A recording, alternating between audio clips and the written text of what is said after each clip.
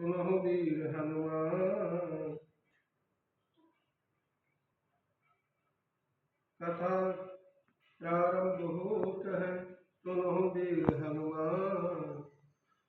आसन ग्रहण कीजिए, करो सदा कल्याण। कथा करत हो मति अनुसार, करो सदा कल्याण। बोले हनुमान जी महाराज की। व्यास जी ने कहा, एक समय नैमिषारण्य तीर्थ में सोनक आदि 88,000 ऋषियों ने पुराण वेता श्री सूत जी महाराज जी से पूछा, हे सूत जी, इस कलयुग में वेद विद्या से रहित मनुष्यों को प्रभु भक्ति किस प्रकार मिलेगी तथा उनका उद्धार कैसे होगा। हे मुनि श्रेष्ठ, कोई ऐसा व्रत अथवा तप कहिए कि जिसके करने से थोड़े समय पुण्य प्राप्त हो तथा मनोवांछित फल भी मिले। ऐसी कथा सुनने की हमारी प्रबल इच्छा है। सर्वशास्त्र ज्ञाता श्री सूत जी महाराज जी ने कहा, हे विष्णु पूज्य, आप सबने प्राणी हित की बात पूछी। अब मैं उस श्रेष्ठ व्रत को आप लोगों से कहूँगा जिसे नारद जी ने श्री लक्ष्मीनारायण भगवान से पूछा था और श्री लक्ष्मीपति ने मुनि श्रेष्ठ नारद जी को बताया था। यह कथा ध्यान से सुने। और सूत जी महाराज कहते हैं, मुनिनाथ सुनो यह सत्य कथा, सब काल ही हो यह महासुखदायी। भव पाप हरे और मनोरथ पूर्ण करे, सुख संपत्ति की है अधिकारी। अति संकट में दुख दूर करे, सब ठोर कुठोर में होत सहाय। भगवान महात्म है इसमें अपना कली में फल और जनाई। प्रभु नाम चरित गुण गान किए, बिनु कैसे महाकलि पाप नसाई। सूत जी महाराज कहते हैं, हे मुनियों सुनो, यह सत्य कथा सब कालों में सुख देने वाली, भवताप सहने वाली है, मनोरथ पूर्ण करने वाली है, हर सुख संपत्ति की मालिक है। चाहे कैसा भी संकट हो, चाहे कैसा भी दुख हो, कि भगवान हमेशा सदा सहाय रहते। भगवान का महात्म है, इसका कलयुग पर अवश्य पता लगता है। प्रभु के नाम का चरित्र गुणगान करना, भजन कीर्तन करना, यही जो है कलयुग में पापों को नाश करने वाला है।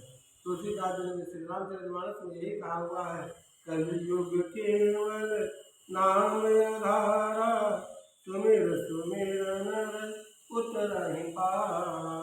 भगवान का नाम लेने से ही उद्धार होगा और भगवान के नाम का ही सहारा है और किसी प्रकार का कोई सहारा नहीं है। चाहे कितना भी कहे कि मेरा हमारा कुछ नहीं है, अगर कोई है तो सिर्फ एक परमात्मा है, जिनकी कृपा से ही सब कुछ हमें यहाँ से लेके वहाँ तक सुख की प्राप्ति होगी और वो है सिर्फ परमात्मा का नाम।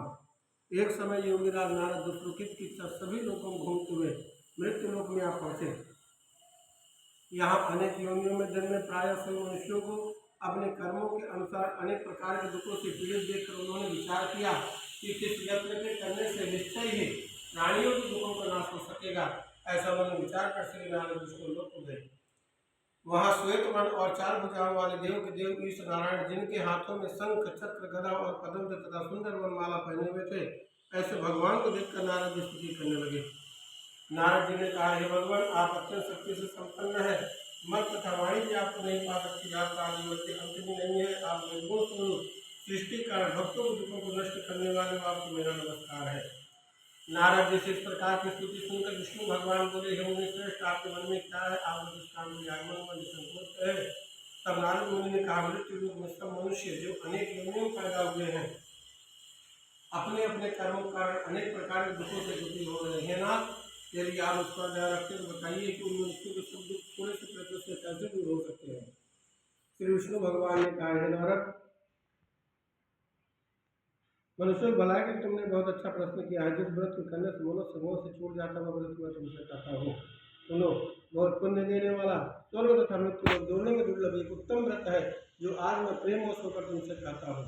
श्री सत्यनारायण भगवान के हमारा विधि ध्यान को संपन्न करके मनुष्य इस धरती पर सुख भोग कर मरने पर मोक्ष को प्राप्त होता है।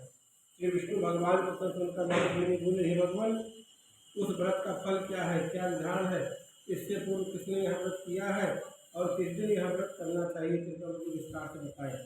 श्री विष्णु भगवान ने कहा, हे नारद, दुख शोक आदि दूर करने वाला यह व्रत सब स्थानों पर विजयी करने वाला है। भक्ति और श्रद्धा के साथ किसी दिन मनुष्य श्री सत्यनारायण भगवान के संध्या के समय ब्राह्मणों और बंधुओं का धर्म कारण होकर पूजा करें। भक्ति भाव से नैवेद्य केले का फल